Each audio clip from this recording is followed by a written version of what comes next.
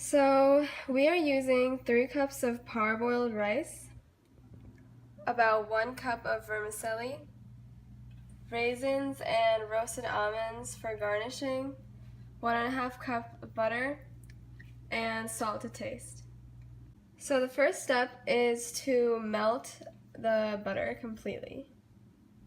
Once the butter has melted completely, it's time to add the vermicelli.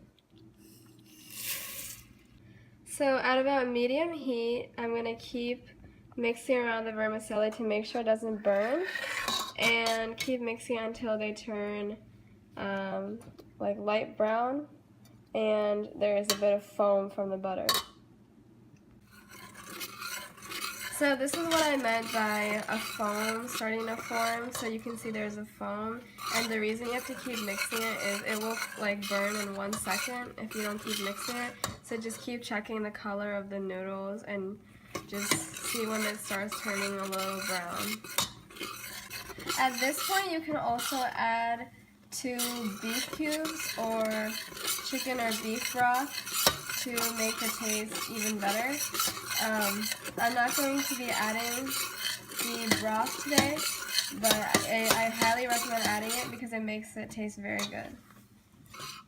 You can see that the noodles have become more brown, so now at this point I'm going to add the rice.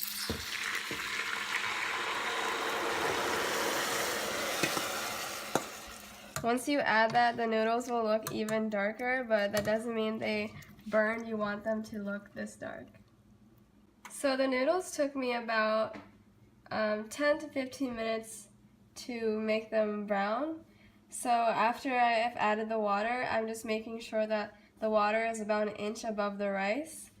And I'm just gonna put the heat up to medium-high, and I'm gonna wait until the water starts boiling. So now I'm just gonna add salt to taste while I'm waiting for the water to start boiling. So now the water is boiling, and I'm going to lower the temperature to medium heat and cover the lid. And I'm going to leave it like this for about 20 minutes or until the water has evaporated and you can start to see the rice at the top. And then I will lower it to medium-low and let it cook for about 5 to 10 more minutes until all the water is gone and the rice is soft. So after about 15 minutes, the rice looks like this. There's still a little bit of water left, but you can tell that most of it has evaporated.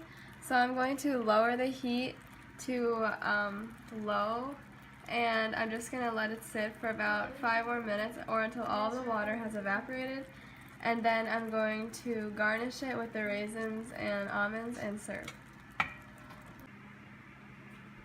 Okay, so now I'm just going to garnish the rice with the raisins and roasted almonds, and I'm going to serve. Okay, so this is how we're going to be eating this rice today. My parents made lamb, so we're eating it with lamb and raita, and that is our lunch for today. So I hope you guys try out this recipe. It's really delicious. Good luck!